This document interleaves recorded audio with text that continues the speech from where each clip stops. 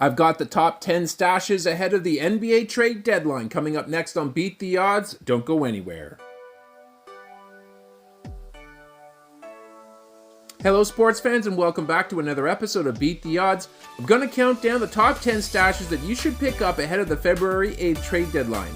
If you like this content, please smash that like button. And a special thanks goes to all of our subscribers who have been watching these videos, as you now account for almost 25% of all viewers. To the other 75% of viewers that haven't yet subscribed, I encourage you to do so, as it helps me create these videos for you. Also, leave a comment on a player you think deserves to be on this list.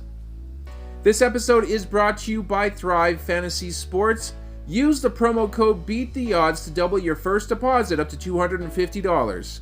And first-time users get a free square. Like tonight, if you bet on Kawhi to score 1 point and he does, then you win. Now let's dive into the list. At number 10, we have Grady Dick, 5% owned, 14 minutes per game this season, 4.7 points, 1.8 rebounds, 1.2 assists, 0.8 threes, 0.6 steals, no blocks, 0.6 turnovers on 36% shooting from the field and 91% from the line. With Bruce Brown likely headed to a contender, minutes on the wing will be available and Grady Dick should be the first in line to capitalize. His shooting percentages have been spotty, but once he starts getting regular minutes, he should be able to find a groove. Even if Brown remains a Raptor after the deadline, there's a good chance that the team is going to be prioritizing minutes for their rookies down the stretch. To number 9 we go. We have Nick Smith Jr., 1% owned, 16 minutes per game over the season here, 6.4 points, 1.5 rebounds, 1.2 assists, 1.4 threes, 0.2 steals, 0.2 blocks, 0.9 turnovers on 41% shooting from the field and 80% from the line. There are discussions that both Miles Bridges and PJ Washington might be finding new homes this season. LaMelo Ball and Mark Williams have missed a lot of time due to injuries, and we can expect that they will be missing even more. There will be a need for offense, and Smith and his 47% three-point percentage will be in line for some extended run. He's not going to give you a whole lot of supportive stats, but he would make an intriguing microwave scorer on your team. To number 8 we go. We have Isaiah Stewart, 37% owned over the season. He has 31 minutes played, 11 points, 6.8 rebounds, 1.7 assists, 1.4 threes, 0.4 steals, 0.8 blocks, 1.5 turnovers on 47% shooting from the field and 75% from the line.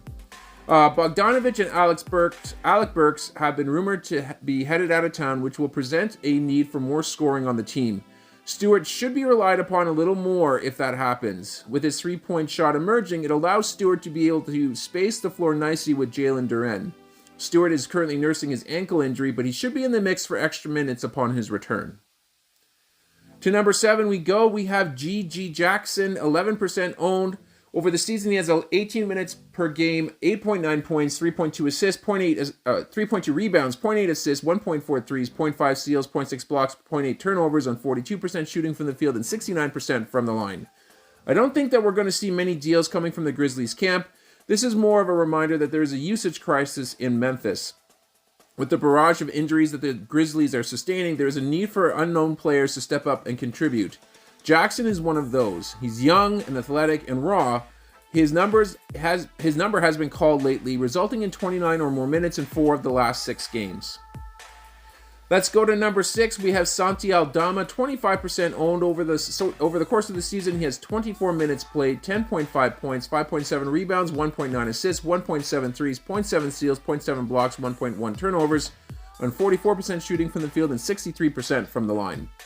Santi Claus has been doing the best that he can to keep the team running while they wait for their stars to return to the court.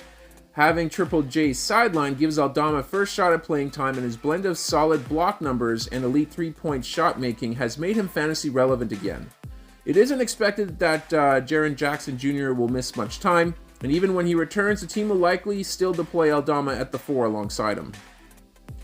Let's go to number 5. We have Assar Thompson, 51% owned over the season. He's got 24 minutes per game, 8.3 points, 6.3 rebounds, 1.9 assists, 0.2 threes, 0.9 steals, 1 block, 1.3 turnovers on 48% shooting from the field and 64% from the line.